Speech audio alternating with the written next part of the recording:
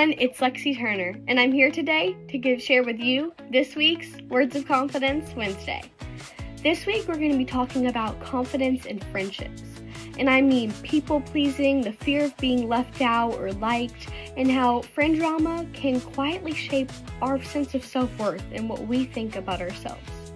This week we're going to be in Proverbs 27, so turn there in your Bibles if you want to, and first we're going to be talking about how the struggle is real.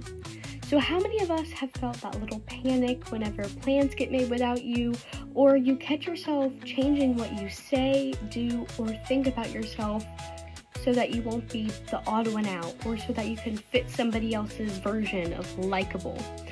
People pleasing, comparing your friendships to everyone else's, and just changing yourself to fit in is exhausting, right? So a lot of us are quietly fighting that, am I liked, am I enough, or am I even okay to belong here, that feeling. And I just want you to know that you're not alone, and it can even make hanging out with friends and supposed to be having a joyful experience stressful.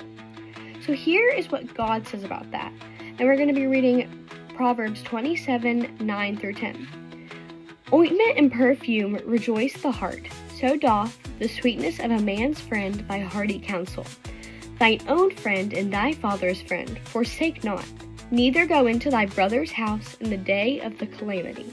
For better is a neighbor that is near than a brother far off. So what that verse means, it means do not forsake your friend or a friend of your family, and do not go to your relative's house when disaster strikes you. Better a neighbor nearby than a relative far away. So this one really hits different to me because it makes me think about real friendships shouldn't drain you and make you feel exhausted about what you think about yourself and just trying to fit in the whole time. You're just so tired whenever you come back. So what is a good friendship supposed to bring? They're supposed to bring joy, give good advice, and be there when it matters.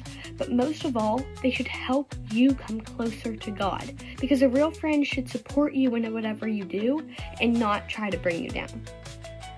My next point is that you are allowed to be you. Another verse I love is Galatians 1:10, and I have it right here. Am I now trying to win the approval of human beings or of God? If I were still trying to please people, I would not be a servant of Christ.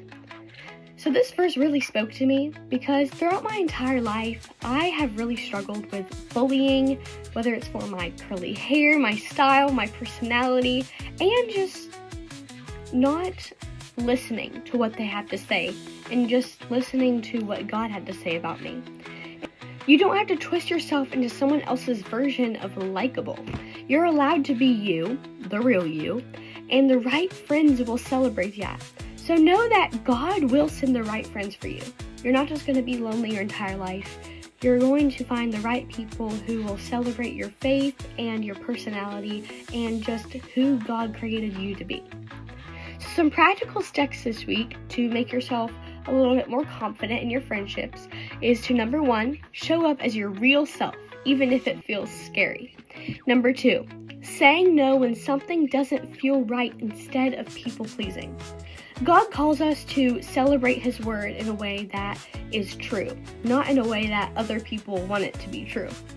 Number 3, being kind to yourself when you're left out. It doesn't mean that you're unworthy.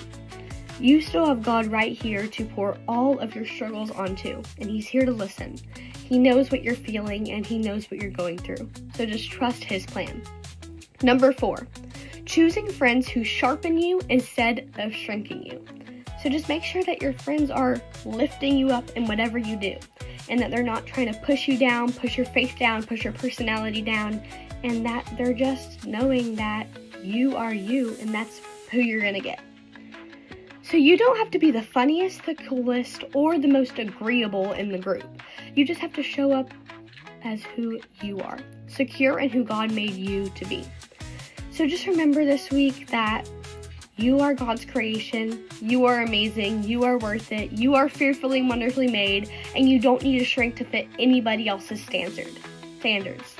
I'll see you next week, and remember, you got this because He's got you. Bye everyone.